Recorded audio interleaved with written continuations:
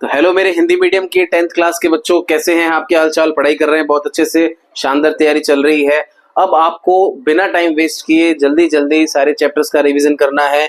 और आज के इस वीडियो में आप लोगों की सबसे बड़ी प्रॉब्लम फिजिक्स यानी कि भौतिक विज्ञान का चैप्टर नंबर 9, 10, 11, 12 ये 4 चैप्टर जो हैं फिजिक्स के हैं और इसमें से 2 ऐसे हैं जिनके ऊपर न्यूमेरिकल क्वेश्चन तो भर भर के आते हैं। तो शुरुआत करते हैं अपन यहाँ पर, फटाफट एक एक चैप्टर को उठाएंगे और यहाँ पर हम सीखेंगे।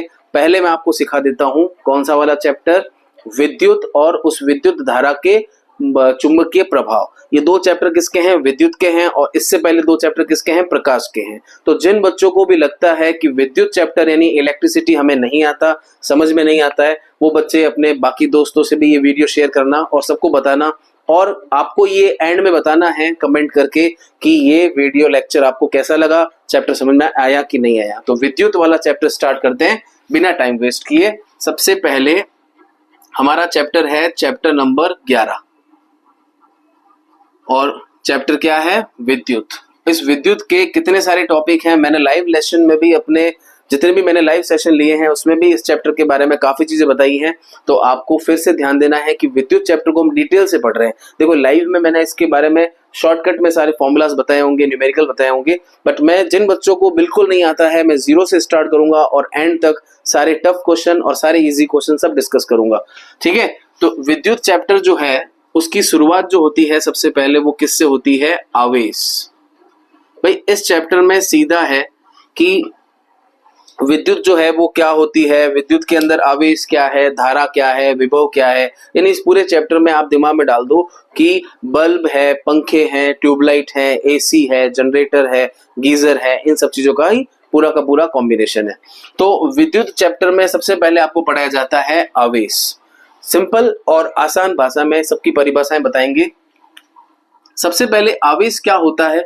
तो आवेश जो है वो एक प्रकार से धनावेश हो सकता है या ऋणावेश हो सकता है। जब भी 2 वस्तुओं को घर्षण किया जाता है तो दोनों वस्तुओं पर विपरीत आवेश आ जाते हैं, धनावेश और ऋणावेश, ये हमने पढ़ा है। तो आवेश जो होता है, इस आवेश का मात्रक क्या होता है, इस आवेश के लिए इसका सूत्र क्या होता है, वो सारी बातें हम कहाँ डिस्कस करेंगे? यहाँ पर। तो फटाफट से हम देख लेते हैं चैप्टर, ये बोर्ड के 2 हिस्से कर देते हैं। सबसे पहले आवेश का जो प्रतीक है, आवेश का जो प्रतीक है वो है Q। इसको कई जगहों पर कैपिटल Q भी लिखा जाता है ना। उसके बाद में आवेश का जो सूत्र होता है वो होता है Q बराबर NE। क्या होता है? Q बराबर NE। क्या होता है? Q बराबर NE। ठीक है, उसके बाद N बराबर क्या हो जाएगा? तो Q बटा E। अब यहाँ N क्या है? इलेक्ट्रॉनों की संख्या। E क्या है? इलेक्ट्रॉन का आवेश। और इलेक्ट्रॉन का जो आवेश होता है वो होता है 1.6 इंटू 10 की घात -19 कूलम। तो आपको यहाँ पर ये तो समझ में आ गया कि आवेश का प्रतीक क्या है, उसका सूत्र क्या है ना। आवेश का जो मात्रक होता है वो मात्रक क्या होता है? वो होता है कूलम, जिसको लिखते हैं C। अब इसके ऊपर एक आंकिक प्रश्न आता है कई बार, जो मैंने अपने लाइव सेशन में भी बताया था, है ना। रोज रात को 8:30 बजे जो लाइव क्लास होती है वो तो इंग्लिश मीडियम की होती है और 9:30 बजे होती है हिंदी मीडियम की। तो यहाँ पर भी मैं एक क्वेश्चन डिस्कस कर रहा हूं। आपसे पूछा जाए कि 1 कूलम्ब आवेश में कुल कितने इलेक्ट्रॉन होते हैं? तो आपके पास फॉर्मूला है Q बराबर NE। तो इलेक्ट्रॉनों की संख्या पूछे हैं तो Q बटा E। Q कितना दिया है? 1। इलेक्ट्रॉन का कितना होता है? 1.6 इंटू 10 की घात -19। माइनस का 19 ऊपर आ जाए और इस पॉइंट को मैं हटा दूं तो क्या मैं इसको ऐसे लिख सकता हूं? पॉइंट हटाने के बाद ऊपर एक 0 आ जाएगा और इस 19 का एक 0 कम कर देता हूं, 18 कर देता हूं, एक 0 यहां ले लेता हूं, इसको कट कर देता हूं। तो आपका आंसर जो है वो आ जाएगा यहाँ पर कितना? 6.25 इंटू 10 की घात 18। इतने इलेक्ट्रॉन जो है वो क्या होते हैं? 1 कूलम्ब आवेश में उपस्थित होते हैं। दूसरे नंबर पर जो बात आती है वो आती है विद्युत धारा। देखो विद्युत धारा जो है, उस विद्युत धारा का सबसे पहले परिभाषा, एक विद्युत धारा क्या हो सकती है? तो इसको सिंपल वे में, आसान भाषा में कहा जाए तो विद्युत परिपथ में जब आवेश प्रवाहित होते हैं, आप लोगों ने देखा ना किसी परिपथ में अपन सेल लगाते हैं तो उसका प्लस और माइनस यानी धनावेश और ऋणावेश होता है, और उसके धनावेश से करंट यानी कि धारा निकलती है तो धनावेशित होती है। तो इस तरीके से विद्युत परिपथ में आवेशों के प्रवाह की दर क्या कहलाती है? विद्युत धारा कहलाती है। सही बात है। अब इसी परिपथ में आवेशों के प्रवाह की दर मतलब कि कितना आवेश कितने समय में प्रवाहित हुआ, यानी हम कह सकते हैं कि विद्युत धारा बराबर आवेश बटा उसके प्रवाहित होने में लगा समय। ठीक है, यानी I बराबर Q बट्टा T, तो Q बराबर I इंटू टी। एक Q का फॉर्मूला हमारे पास में कहा था, यहाँ पर एक Q का फॉर्मूला ये आ गया। आंकिक प्रश्न में कौन सा Q पूछा है वो आपको दिया गया क्या है उस पर निर्भर करता है। अगर I और T दिया है तो ये लगाओ, N और E दिया है तो ये लगाओ। तो हम आगे बढ़ते हैं फटाफट।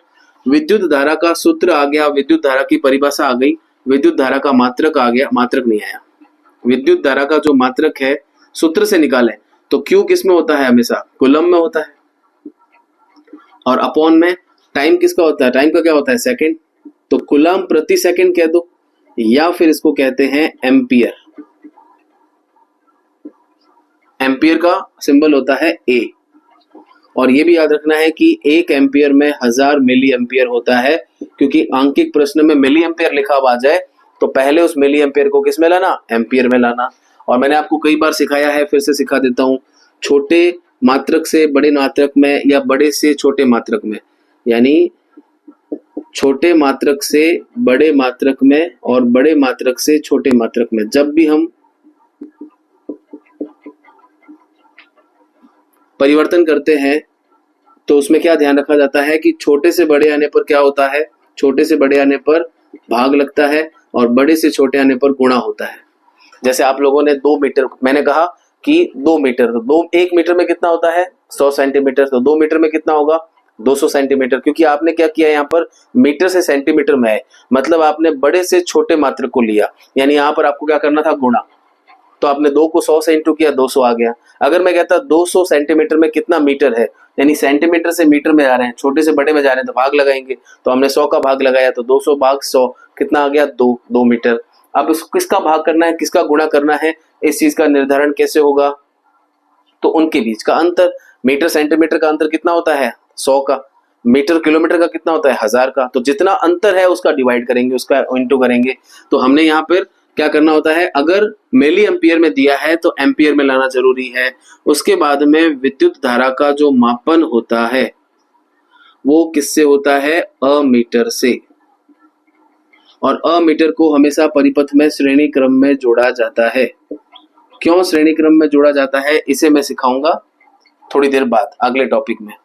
श्रेणी क्रम में जोड़ते हैं, ऐसा क्वेश्चन भी आता है, ठीक है। और मापन के लिए अमीटर है, लेकिन अगर उसकी उपस्थिति या उसकी दिशा के बारे में जानना है तो उसके लिए होता है गैल्वेनोमीटर। तो एक टॉपिक में क्या क्या हो सकता है? परिभाषा हो सकती है, सूत्र हो सकता है, मात्रक हो सकता है ना, मापन किससे है ये हो सकता है। तो इस तरीके से हमारे 2 टॉपिक क्लियर हो गए। आप इसका स्क्रीनशॉट ले लो और अब हम आगे बढ़ते हैं नेक्स्ट टॉपिक की तरफ, ठीक है। आप इसका स्क्रीनशॉट ले लिया आपने? चलो,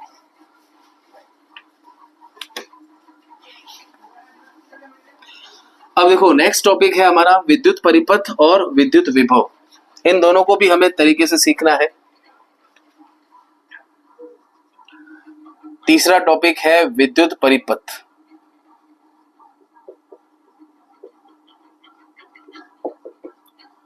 देखो, विद्युत परिपथ को परिभाषित कर सकते हैं या विद्युत परिपथ में कौन कौन से चिन्ह किसका प्रदर्शन करते हैं।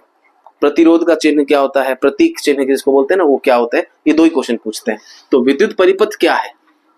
आप एक परिपथ को देखो तो उसमें प्रतिरोध लगा हुआ है, उसमें अमीटर लगा हुआ है, उसमें वोल्ट मीटर लगा हुआ है, और उसके अंदर सेल या बैटरी लगे हुए हैं, बड़ी डंडी प्लस छोटी डंडी माइनस, और इसमें धारा प्रवाहित हो रही है धनावेश से ऋणावेश की तरफ, क्योंकि ऋणावेश से तो क्या निकलते हैं, इलेक्ट्रॉन, और ये क्या है, धारा।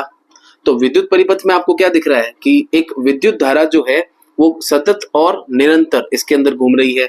मतलब इसको परिभाषित कर सकते हैं ना, विद्युत धारा के सतत तथा बंद परिपथ को विद्युत परिपथ कहते हैं।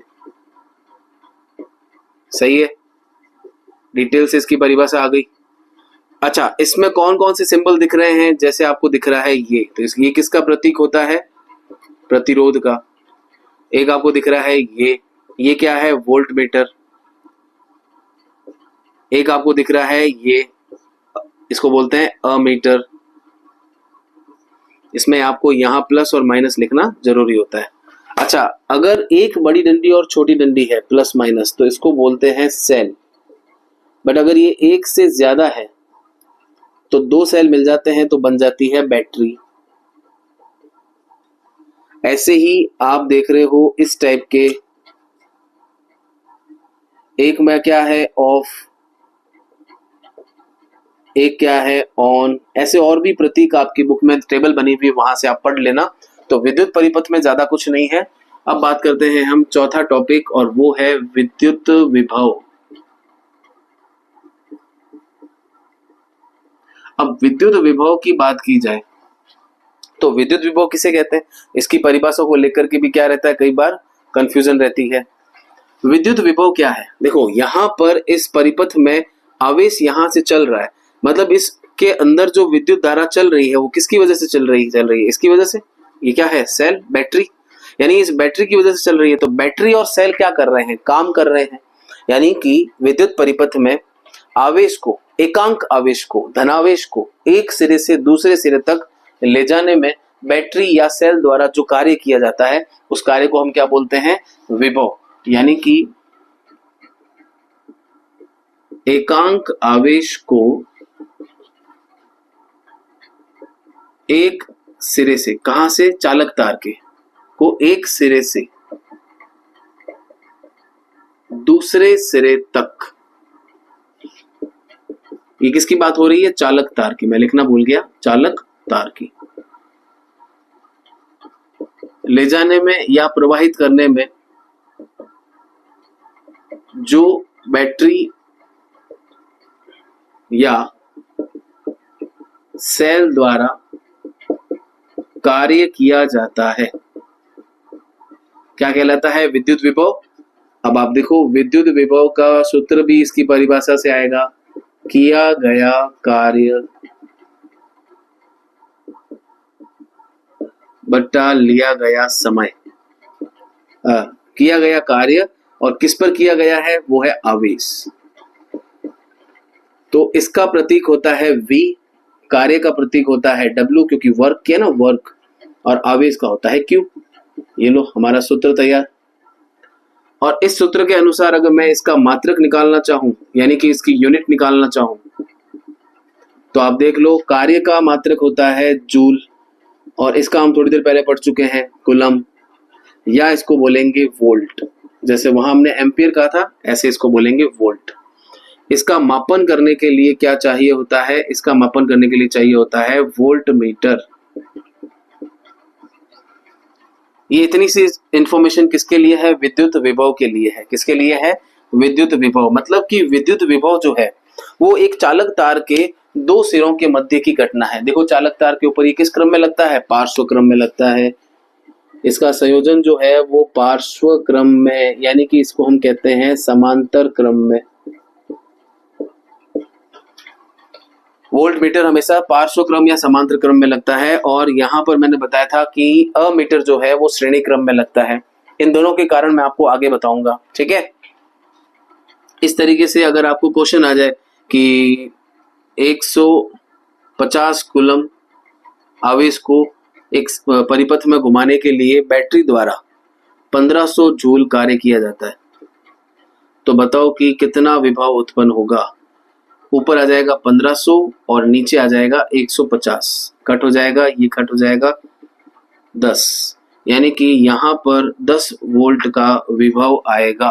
या तो इसको 10 वोल्ट कहेंगे और या फिर इसको कहेंगे जूल, जूल नहीं, हाँ जूल बट्टा कूलम, जूल प्रति कूलम कह दो या 10 वोल्ट कह दो। इस तरीके से ये भी आपको समझ में आ गया है, इसका आप स्क्रीनशॉट ले लो। ठीक है, अब हम बात करते हैं नेक्स्ट टॉपिक की।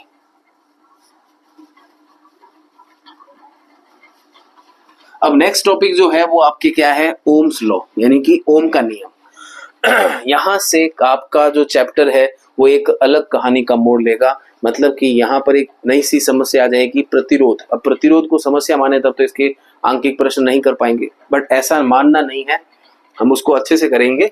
और देखो, सबसे पहले आपको ये सीखना होगा कि ओम का नियम अगर पूछा जाए तो बताना कैसे है। तो जॉर्ज साइमन ओम जिनका नाम था, उनको प्यार से मैं ओम कहता हूं।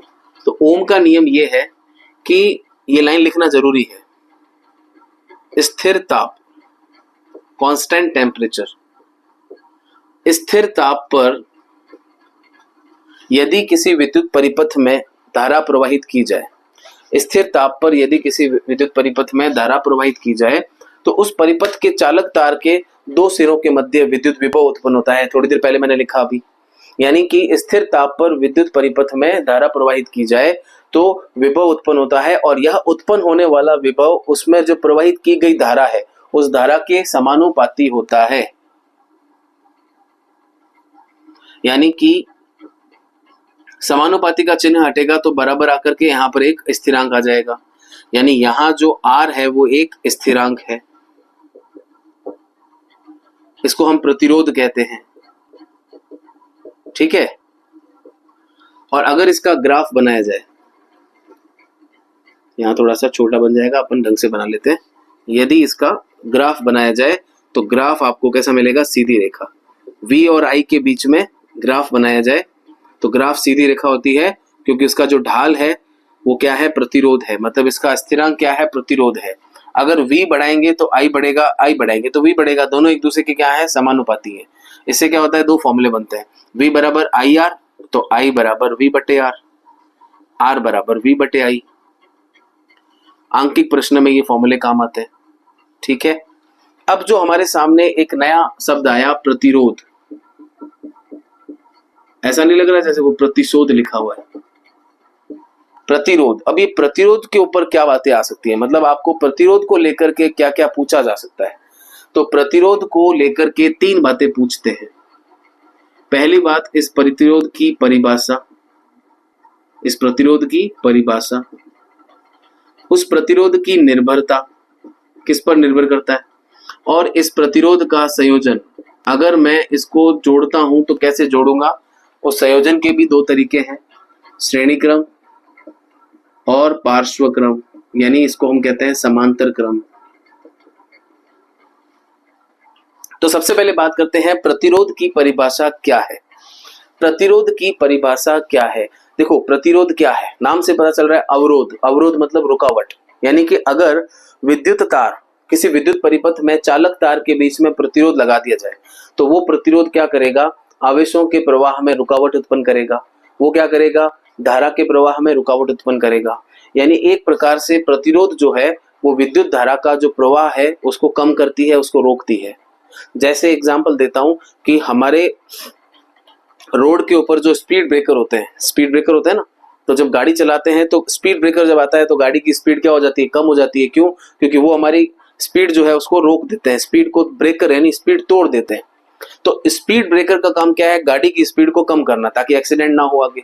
ऐसे ही यहाँ पर प्रतिरोध का काम क्या है कि प्रतिरोध का काम है चालक तार में विद्युत धारा का प्रवाह जो है उसको कम करना। ठीक है, और ये क्यों लगाया जाता है, तो आपके घर में जो रेगुलेटर है, जहां पर पंखा चलता है या कभी भी धारा को नियंत्रित करना हो तो धारा नियंत्रक लगाते हैं हम, वहां पर क्या होता है, यही सिस्टम होता है। अब मुझे चाहिए कि पंखा जो है वो धीरे चले तो मैं प्रतिरोध बढ़ा दूंगा। मेरे 1 नंबर पर क्या होगा, पंखा धीरे धीरे चलेगा, 2 नंबर पे पंखा क्या हो जाएगा, तेज हो जाएगा, 3 पे और तेज, 4 पे और 5 पे तो बैंकर वाले हेलीकॉप्टर बन जाएगा, है ना। यानी कुल मिलाकर 5 पे क्या है, प्रतिरोध बहुत कम है। यानी कुल मिलाकर हम ऐसा कह सकते हैं कि प्रतिरोध अगर ज्यादा है तो धारा कम है, और प्रतिरोध अगर कम है तो धारा ज्यादा है। यानी कि स्पीड ब्रेकर बड़ा है तो हमारी गाड़ी बहुत धीरे से निकलेगी, नहीं तो हम गिर जाएंगे ना। और स्पीड ब्रेकर बिल्कुल छोटा सा है, नहीं के बराबर जैसा, तो हम तो रुकते ही नहीं, धारते ही नहीं, सीधे निकल जाते हैं, है ना। वो बेचारा नाराज हो जाता है, यार भाई मैं स्पीड ब्रेकर था, मेरे ऊपर से धीरे निकलना था, बट वो तो छोटा सा है, हमने उसको कुछ देखा ही नहीं, सीधा निकल गए। तो स्पीड ब्रेकर छोटा था तो धारा स्पीड क्या थी, ज्यादा। स्पीड ब्रेकर कम तो स्पीड ज्यादा, स्पीड ब्रेकर बड़ा तो स्पीड कम। ऐसे ही धारा जो है वो प्रतिरोध के साथ में है। प्रतिरोध अगर ज्यादा होगा तो धारा कम होगी, धारा कम होगी तो पंखा धीरे धीरे चलेगा, है ना।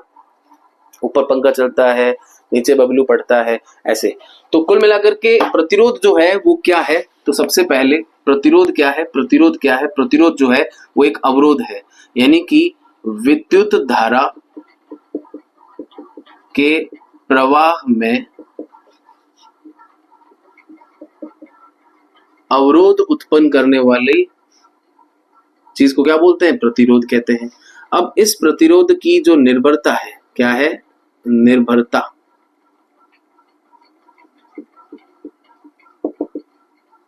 जैसे ये हमारा कोई भी एक तार है, बहुत ध्यान से सुनना क्योंकि यहाँ पे आपको मैं क्वेश्चन भी बताऊंगा।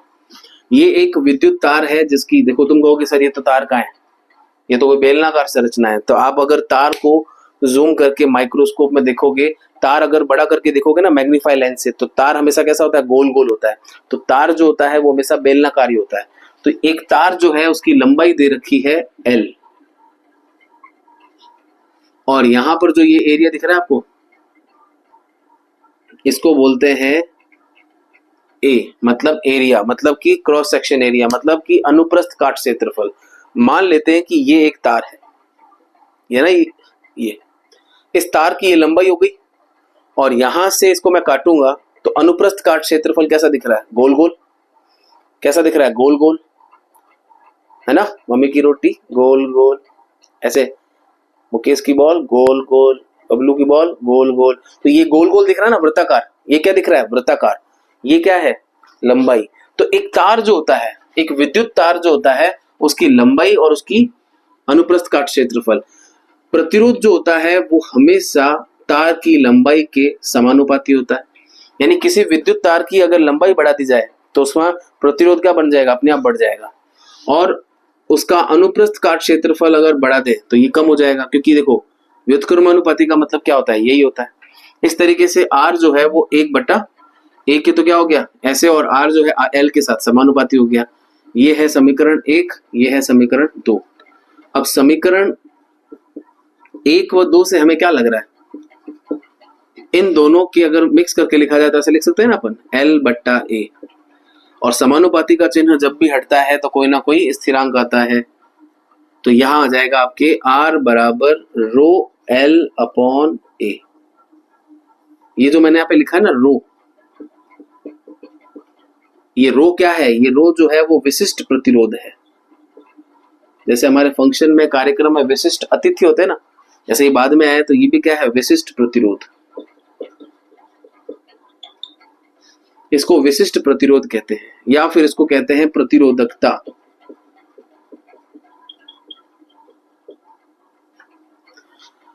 और इसका भी सूत्र बना सकते हैं, इसको ये रख दूंगा, इनको वहां भेजूंगा तो पलट जाएंगे ये, तो R के इंटू में L/A आ जाएगा।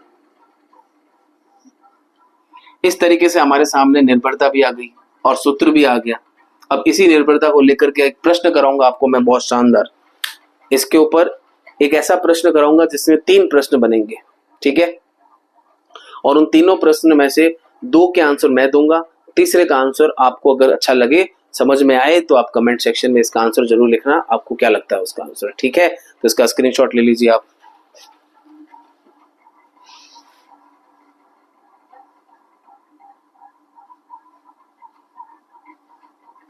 ओके, अब बढ़ते हैं आगे। अब मैं आपको बता रहा हूं एक न्यूमेरिकल क्वेश्चन, अंकित प्रश्न इसी के ऊपर, जो आपसे पूछते हैं और आपकी बुक में है, और इस बार 100% पूछेंगे आपसे।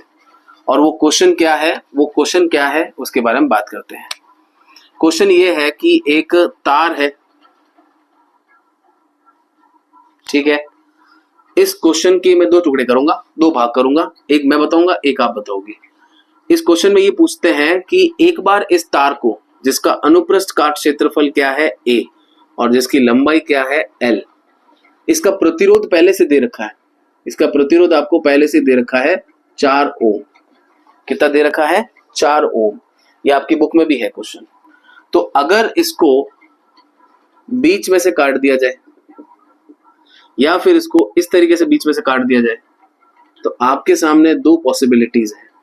अगर बीच में से काट दिया तो लंबाई आधी हो जाएगी और इस कटे हुए भाग को ऊपर रख देंगे यहाँ पे, तो क्या बन जाएगा? यहाँ पर a जो है वो ऊपर a और आ जाएगा, तो क्या बन जाएगा? 2a। ऐसे ही इसको बीच में से काट दिया तो क्रॉस सेक्शन यानी कि अनुप्रस्थ काट क्षेत्रफल तो आधा हो जाएगा, लेकिन बीच में से काटने के बाद उस भाग को उसके आगे रख दिया तो लंबाई तो डबल हो जाएगी, मतलब कि उसका जो लंबाई है वो क्या हो जाएगा? 2l। अब ये दोनों हमारे सामने केस आ गए। पहला केस कैसा आया? जिसमें वायर जो है वो इस तरीके से अरेंज हो चुका है, a से वो क्या बन चुका है? 2a, और ये क्या बन चुका है? l/2।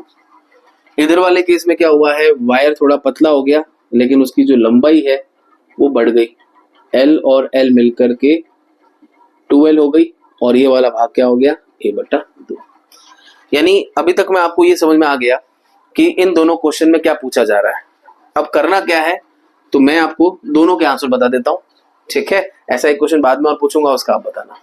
सबसे पहले मैं अगर यहां पर देखूं, अच्छा एक और चीज आपको पहले ही कह दिया R बराबर 4 ओम, और मैं आपको बता चुका हूं कि R का सूत्र होता है R बराबर ρl/a, और उसका मान इन्होंने पहले बता रखा है 4 ओम।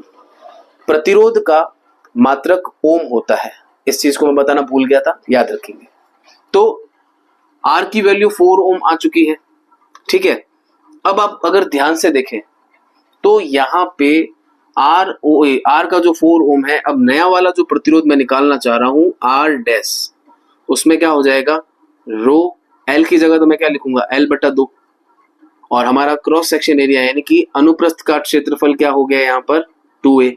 तो R डैश बराबर रो l/2 तो यही रहेगा, 2a जब ऊपर आएगा तो उल्टा हो जाएगा, मतलब कि l/2 के इंटू में 1/2a। तो ये क्या बन जाएगा? ये क्या बन जाएगा?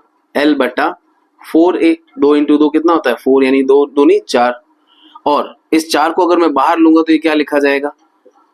1/4। इसको मैं पूरा बाहर ले लेता हूं, है ना? 1/4 रो l/a। तो R डैश बराबर L, रो l/a की वैल्यू तो पहले दे रखी है, उसका मान तो हमें 4 ओम दे रखा है, तो 1/4 को किससे इंटू कर देंगे? 4 से। 4 से 4 कैंसिल, इसका आंसर आ गया 1 ओम। यानी कि प्रतिरोध जो है वो तार को आधा कर दिया, उसकी लंबाई को कम कर दिया, तो प्रतिरोध भी कम हो गया। हुआ कि नहीं हुआ? अब इस केस में देखो, आप इस केस में आप क्या करोगे? L जो है वो कर दोगे डबल, और उसका अनुप्रस्थ काट क्षेत्रफल क्या कर दोगे? आधा। तो इस तरीके से इसको हम क्या लिखेंगे? 2l इंटू a/2 ऊपर आएगा तो क्या बनेगा? 2/a। तो R डैश बराबर 2 इंटू 2 कितना होता है? 4, और रो l/a अंदर रख दिया। अब देखो रो l/a की वैल्यू तो कितनी दे रखी है? 4। यहाँ पे भी हमने रो l/a की वैल्यू क्या ली थी? 4। तो R डैश बराबर 4 इंटू 4, R डैश बराबर 16 ओम। एकदम आसानी से ये वाला आपका जो है बुक में आया हुआ है, ये मैंने बनाया है। ये दोनों प्रश्न बहुत महत्वपूर्ण है, आप जल्दी से इनका स्क्रीनशॉट ले लो, फिर हम आगे बढ़ते हैं।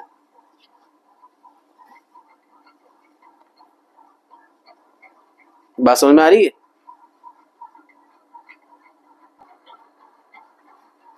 ठीक है बच्चों, तो यहां पर ये जो दो सेगमेंट आपको दिख रहे हैं, एक तार को हमने काटा, विद्युत तार को काटने पर दो पॉसिबिलिटीज है, या तो हमने उसकी लंबाई को आधा कर दिया या उसके हमने अनुप्रस्थ काट क्षेत्रफल को डबल कर दिया। तो इससे क्या होता है? इससे क्या होता है? ए और सीन भी है। इससे क्या होता है? इससे आपको पता चलता है कि कौन कौन से वैल्यूज में क्या हो रहा है। मतलब समझ रहे हो आप? यहाँ पर प्रतिरोध जो है वो अलग अलग तरीके से निकला है, और उस प्रतिरोध में आपको ध्यान देना है कि इस प्रतिरोध की वैल्यू कितनी आई है? 1, और इसकी कितनी आई है? 16। मतलब ये क्लियर होता है कि अगर लंबाई को कम कर दिया जाए या लंबाई को बढ़ा दिया जाए तो क्या होता है? प्रतिरोध के मान में फर्क आता है। तो इसका स्क्रीनशॉट आप जल्दी से ले लीजिए, फिर हम आगे बढ़ते हैं।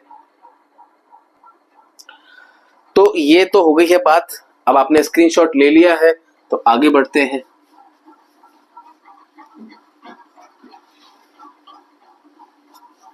ठीक है, अब आपको ये समझ में आ गया कि निर्भरता क्या होती है। अब आते हैं हम किसके ऊपर, अब हम करते हैं संयोजन।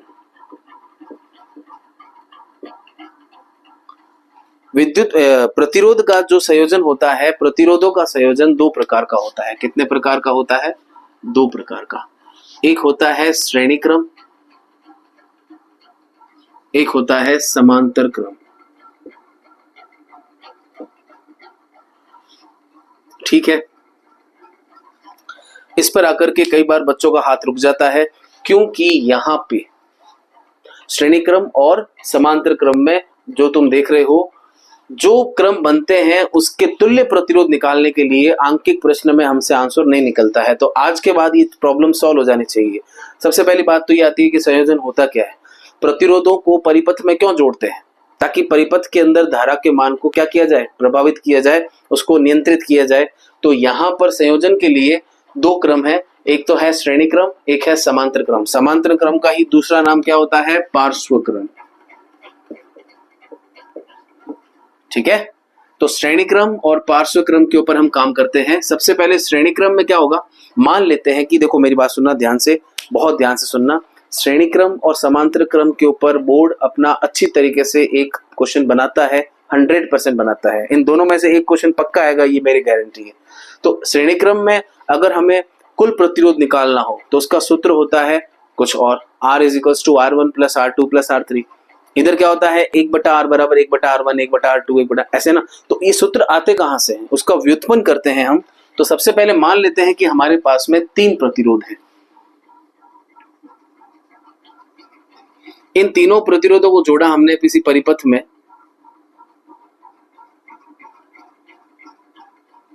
तो आप देखो ये R1, R2, R3, और इन सब के ऊपर मुझे अब जो है वोल्ट मीटर भी अलग अलग लगाना पड़ेगा, क्योंकि सबके सिरे अलग अलग हैं, है ना।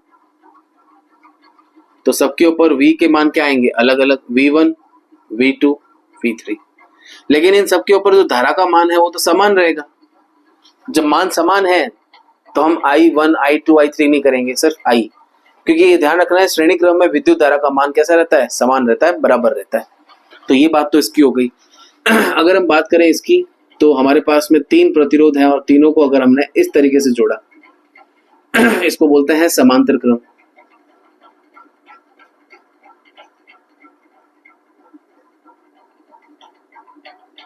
यहां पर मैं 1 वोल्ट मीटर लगाऊंगा तो उस 1 वोल्ट मीटर के बीच में तीनों प्रतिरोध आ जाएंगे, मतलब कि R1, R2 और R3। लेकिन इन तीनों के ऊपर V का मान तो समान आएगा, क्योंकि तीनों जो है उनके आखिरी और अंतिम, मतलब प्रारंभिक और अंतिम सिरे दो जगहों पर कॉमन है। लेकिन यहां पर जब धारा आएगी तो धारा का मान जो है वो अलग अलग हो जाएगा, बढ़ जाएगा। I1 यहां पर हो जाएगी I2 और यहां हो जाएगी I3। पहले तो ये समझ में आया कि नहीं आया? श्रेणी क्रम में क्या होगा, समांतर क्रम में क्या होगा, जो हमने इसका एक बार निष्कर्ष लिख ले।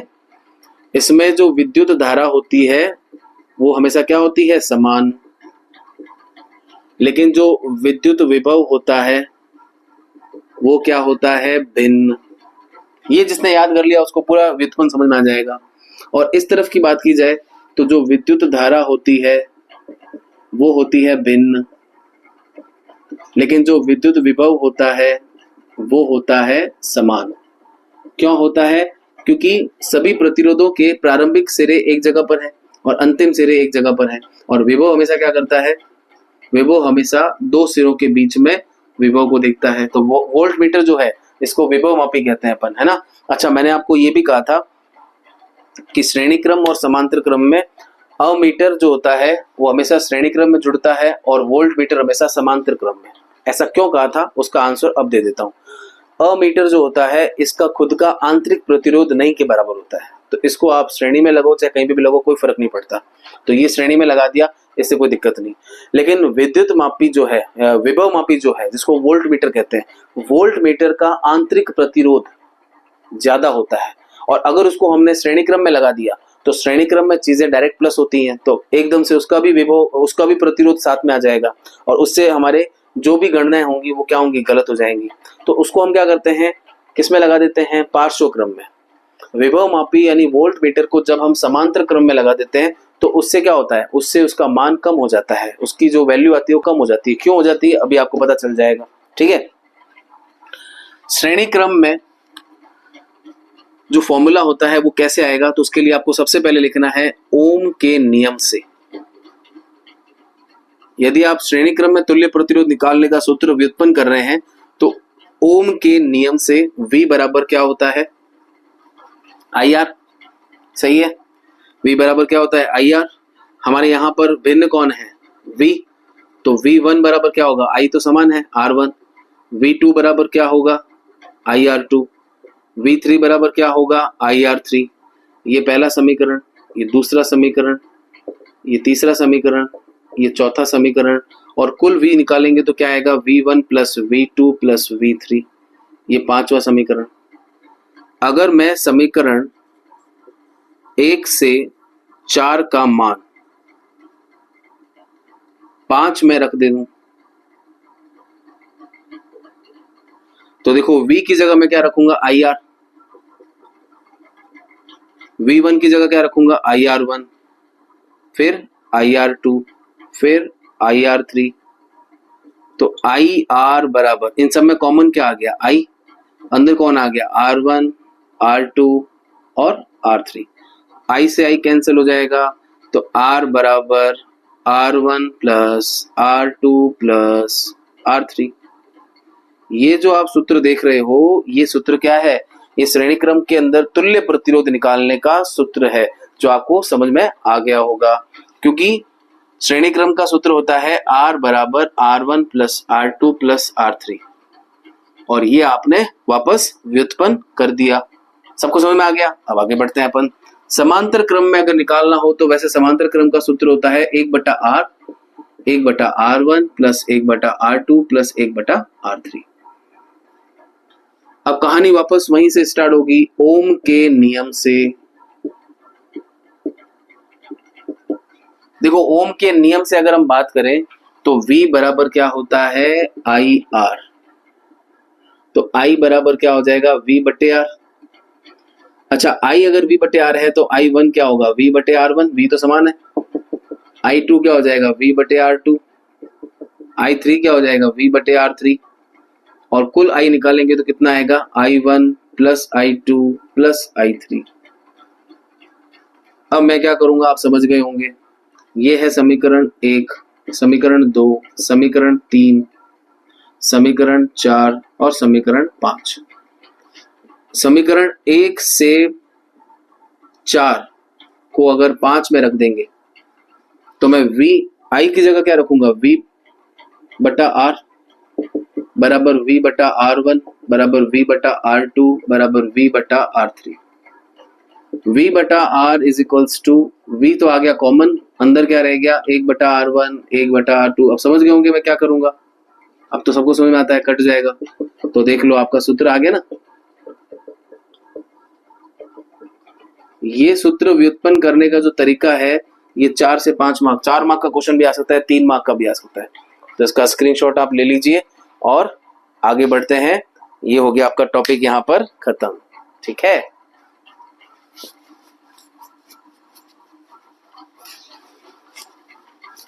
अब देखो, अब कौन सा टॉपिक बच गया है संयोजन के बाद में। संयोजन के बाद में जो टॉपिक बच गया वो एक तो है आपके विद्युत, एक तो है आपकी विद्युत शक्ति। आपने 9th क्लास में पढ़ा था ना, विद्युत शक्ति पढ़ा था। अब आपको सिखाएंगे विद्युत शक्ति। थोड़ा सा पेट्रोल भर लेते हैं क्योंकि लंबा चलना है अपने को, सफर लंबा है, मंजिल सुहावनी है, केमिस्ट्री फिजिक्स के क्वेश्चंस भी हैं। पहले आपका टॉपिक क्लियर हो जाए फिर अपन क्वेश्चंस पे आते हैं। तो कुल मिलाकर के आपके यहाँ पर संयोजन वाला मामला हो गया एकदम सेट। अब हम आगे बढ़ते हैं और हमारा नेक्स्ट टॉपिक है जो हम सीखने जा रहे हैं, और वो टॉपिक है विद्युत शक्ति।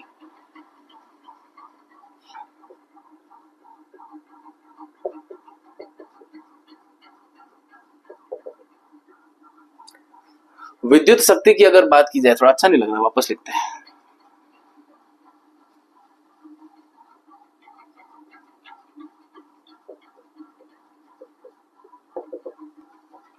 विद्युत शक्ति की बात की जाए तो सबसे पहले आसान भाषा में इसको भी परिभाषित करके इसका भी सूत्र लिखना है, बट इसमें आपको आंकिक प्रश्न के हिसाब से बहुत सारे सूत्र बताऊंगा जो बनते हैं, जो आपको समझने हैं। सबसे पहले विद्युत शक्ति का मतलब क्या है? तो विद्युत शक्ति का मतलब होता है कि विद्युत ऊर्जा का उपभोग, है ना। विद्युत शक्ति का मतलब होता है विद्युत ऊर्जा का उपभोग, यानी हम इसको क्या कह सकते हैं, विद्युत ऊर्जा को खर्च करने की दर क्या कहलाती है? विद्युत शक्ति। मतलब कि हम इसको कह सकते हैं P बराबर E बट्टा T। ऊर्जा और समय। हमारे घर में बल्ब है, बल्ब 1 घंटे के लिए चलेगा तो कितनी ऊर्जा व्यय करेगा, पंखा चलेगा तो कितनी करेगा, एसी चलेगा तो सबके अलग अलग बिल आते हैं, एक जैसे बिल आते हैं? अलग अलग आते हैं ना। तो हर प्रकार की युक्ति जो होती है उसकी पावर यानी कि उसकी शक्ति क्या होती है? अलग होती है। इसीलिए बल्ब जो है वो 10 वॉट का 20 वॉट का होता है। ये वॉट क्या होता है? इसी शक्ति का मात्रक होता है। ऐसे ही अपना एसी है, ऐसे पंखा है, हर किसी का अलग अलग वॉट होता है। तो विद्युत शक्ति जो है विद्युत ऊर्जा को खर्च करने की दर है। और आपने इसको 9वीं में पढ़ा था, 9th क्लास में तो पढ़ा था W बट्टा T। अब आपको पता है कि V बराबर W बट्टा Q है, तो W बराबर क्या होगा? VQ। और अगर मैं यहाँ पर W की जगह VQ लिख देता हूँ और नीचे लिख देता हूँ T, तो आप खुद याद रखो यहाँ पे P बराबर VQ बट्टा T। Q बट्टा T क्या चीज थी? I बराबर क्या पढ़ा था हमने? विद्युत धारा का सूत्र पढ़ा था ना, I बराबर Q बट्टा T। तो मैं यहाँ पर P बराबर VI लिख सकता हूँ। तो ये बन गया विद्युत शक्ति का एक और सूत्र। अच्छा, उसके बाद में मैंने पढ़ा था कि V बराबर IR होता है ओम के नियम से। तो क्या इस V की जगह मैं IR रख देता हूँ? फिर एक और I पढ़ा है यहाँ पे, तो I और I मिलके कितना हो गया? स्क्वायर। ये लो एक और सूत्र बन गया। अच्छा, V बराबर IR होता है तो I बराबर क्या होगा? V बटे R। ये भी हमने पढ़ा था। तो बस इसमें मैं I की जगह क्या रख देता हूँ? V बटे R इस वाले में। तो P बराबर V इंटू V कितना हो जाएगा? V स्क्वायर बटा R। अब आप देख रहे हो यहाँ पर V के 1, 2, 3, 4 अलग अलग प्रकार के सूत्र सामने आ रहे हैं। तो आंकिक प्रश्न कैसा है उसके आधार पर हम उसको उपयोग में लेते हैं। फिर एक नेक्स्ट टॉपिक है, इस चैप्टर का लास्ट टॉपिक है, और वो है विद्युत धारा का तापीय प्रभाव। अब इसको तापीय प्रभाव कहो या फिर ऊष्मीय प्रभाव कहो, एक ही बात है। या फिर इसको हम कह सकते हैं जूल का नियम। क्या कह सकते हैं? जूल का नियम। साइंटिस्ट थे जूल, उन्होंने बताया था। और उन्होंने क्या बताया था? ध्यान से सुनना है। किसी विद्युत परिपथ में धारा प्रवाहित होती है तो उस धारा को प्रवाहित करने में कौन काम करता है? बैटरी और सेल। उस बैटरी और सेल के द्वारा कार्य किया जाता है, उसको विद्युत विभव कहते हैं, ये हमने पढ़ा था।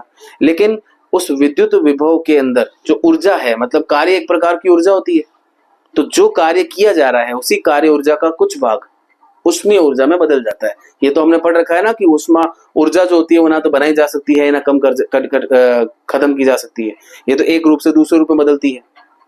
तो कुल मिलाकर के यहाँ पर भी जो कार्य ऊर्जा है उसका थोड़ा सा रूप या जितना भी रूप है वो किस में बदल जाएगा? ऊष्मीय ऊर्जा में। और वो जो ऊष्मा उत्पन्न होती है, जो बल्ब होता है ना गर्म हो जाता है, पंखा चलता है उसके हाथ लगो गर्म हो जाएगा।